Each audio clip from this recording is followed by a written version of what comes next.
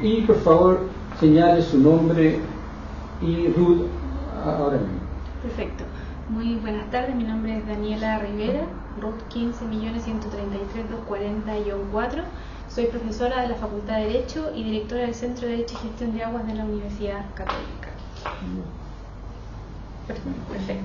Y en esta oportunidad, primero quisiera partir agradeciendo la posibilidad de compartir algunas ideas y reflexiones en torno al Estatuto Constitucional del Agua, a cuyos efectos he preparado una breve presentación que está compuesta por 3 grandes partes: una introducción muy breve a título de contexto, luego revisaré algunas propuestas relativas a la regulación constitucional del agua partiendo de la base del anteproyecto presentado por la comisión experta, y terminaré con algunas reflexiones finales.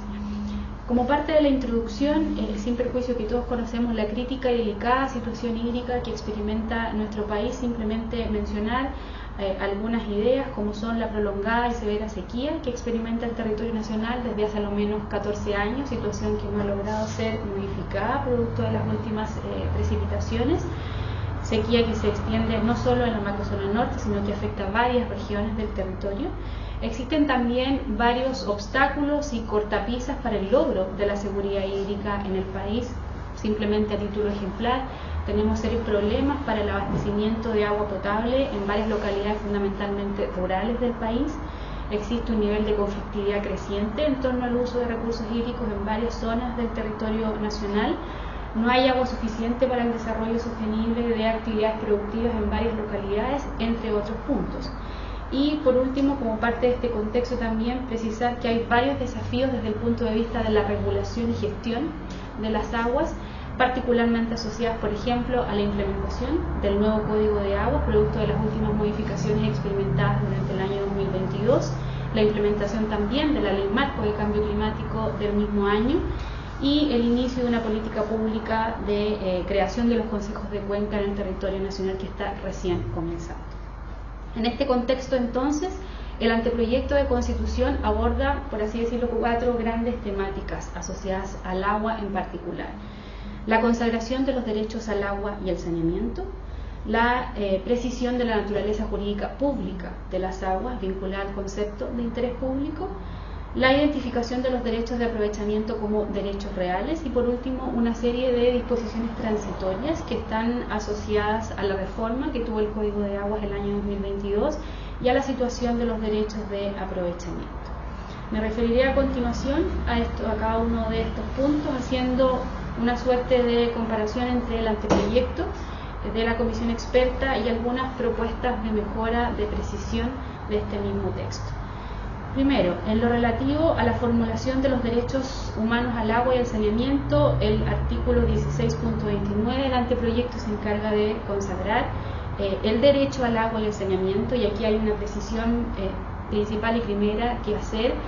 Se trata de 2 derechos humanos distintos, son los derechos al agua y al saneamiento, estrechamente conectados, pero son 2 derechos distintos con contenidos y implicancias también diversas. El derecho al saneamiento implica básicamente que toda persona tiene que tener acceso a un inodoro y también acceso a un sistema de tratamiento seguro de las excretas. Ese es el derecho al saneamiento. Por otro lado, el derecho al agua implica tener agua bajo ciertos estándares para un uso específico, que es el uso personal y doméstico. Este concepto, este objeto del derecho humano al agua no está precisado en el anteproyecto y estimo que es conveniente y apropiado hacerlo. Este concepto de uso personal y doméstico es agua para consumo, para preparación de alimentos, para el lavado de ropas, para el aseo personal, para el aseo del hogar. Ese es el objeto del derecho humano al agua y sería prudente y adecuado que estuviera precisado desde esa perspectiva a nivel constitucional. A su vez, el derecho al agua implica tener acceso a este vital elemento, pero no bajo cualquier condición o bajo cualquier estándar, sino que hay una serie de parámetros internacionalmente ya consensuados que exigen ciertas condiciones en este acceso. Uno, tiene que ser agua suficiente en términos de cantidad. Tiene que ser agua salubre en términos de calidad. tiene que ser agua aceptable, lo que se refiere a que tiene que tener un olor, un color, un sabor que sea adecuado a ese uso personal y doméstico. Tiene que ser accesible en términos de distancia de la persona a la fuente hídrica que le da ese abastecimiento, y tiene que ser, por último, asequible, que se refiere al costo económico que tiene que tener la provisión de este servicio. Ninguno de estos estándares está precisado actualmente en el anteproyecto y también se considera apropiado que debiese incluirse esta precisión. Por último, respecto a este tema, el mismo artículo 16.29 del anteproyecto, cuando alude a los derechos al agua y al saneamiento, hace referencia a la priorización del uso para consumo humano y para el uso doméstico suficiente, ¿ya? Sin perjuicio de que hay algunas imprecisiones en el uso de este concepto, porque no van en la misma línea del texto del Código de Agua vigente, que fue recientemente modificado. Se estima adecuado trasladar esta priorización, que es apropiada. Lo que tiene que priorizarse en el uso del agua es la satisfacción del derecho humano al agua, pero trasladarlo al capítulo 13, donde está todo lo relativo a la protección medioambiental, de recursos naturales y de desarrollo sostenible.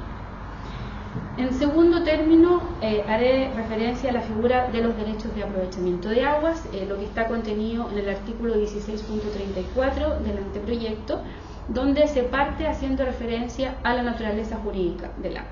Aguas como bienes nacionales de uso público, tal y cual como ha sido establecido en nuestra legislación tradicionalmente, desde hace muchísimos años.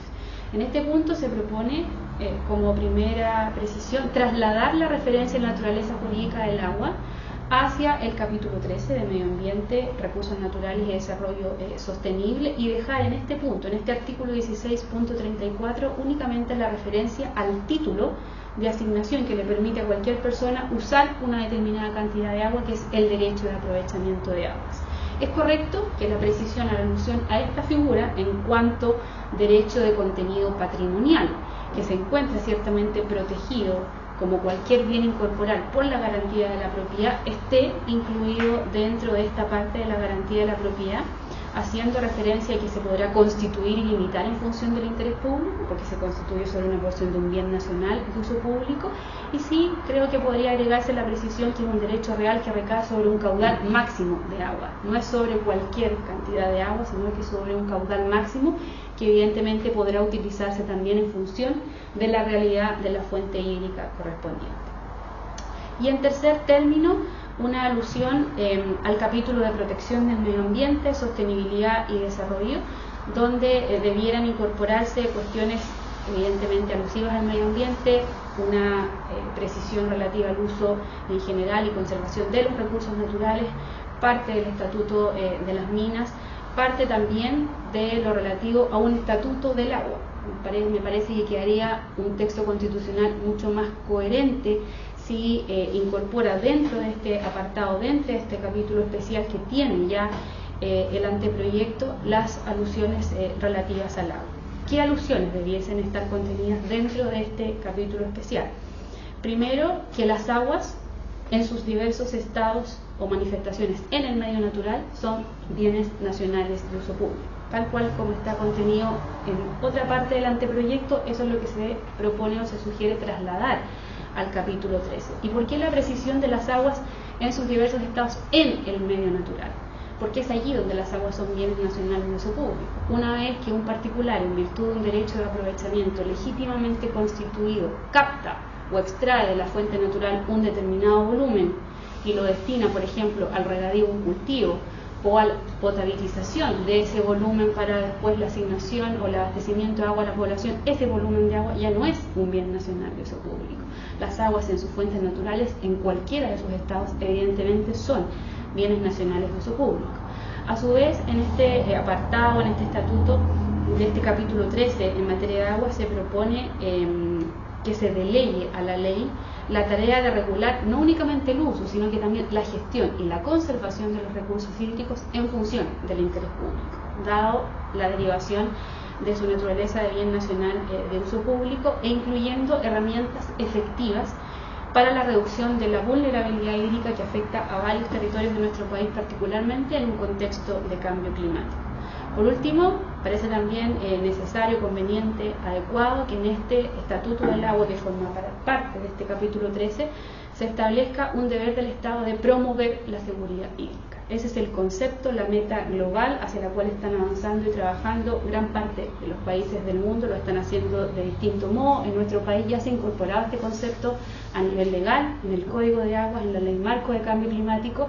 Pareciera ser que si esto se incorpora, esta directriz pasa a ser parte del texto constitucional, se haría mucho mayor impulso hacia la misma, a esta meta, y nos permitiría quizás avanzar de un modo más adecuado en tener agua de cantidad y calidad adecuada para el abastecimiento de la población, para el desarrollo de actividades productivas, para la preservación ambiental, etc.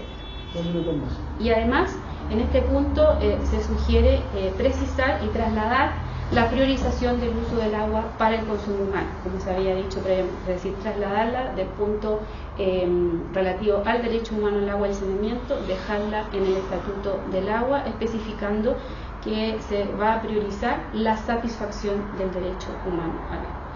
Y simplemente para terminar, un par de ideas o reflexiones finales. Podemos precisar que en general los temas hídricos considerados en el anteproyecto son apropiados para un texto constitucional, sugiriéndose algunas mejoras para su precisión y su formulación en términos más claros, más precisos, además de la inclusión de algunos puntos como fueron los mencionados previamente. Y como segunda reflexión, me parece que salvo la referencia a los derechos al agua y al saneamiento y al estatuto o a la configuración del derecho de aprovechamiento como un derecho real, los cuales debieran quedar ubicados dentro de los derechos de las personas, todas las otras disposiciones asociadas al agua debiesen incluirse por un tema de coherencia constitucional en el capítulo 13, destinado a la protección medioambiental de recursos naturales y de sostenibilidad, capítulo en que debiera potenciarse como directriz, por un lado, el concepto de interés público y por otro lado, el concepto de seguridad hídrica. Eso. Muchísimas gracias.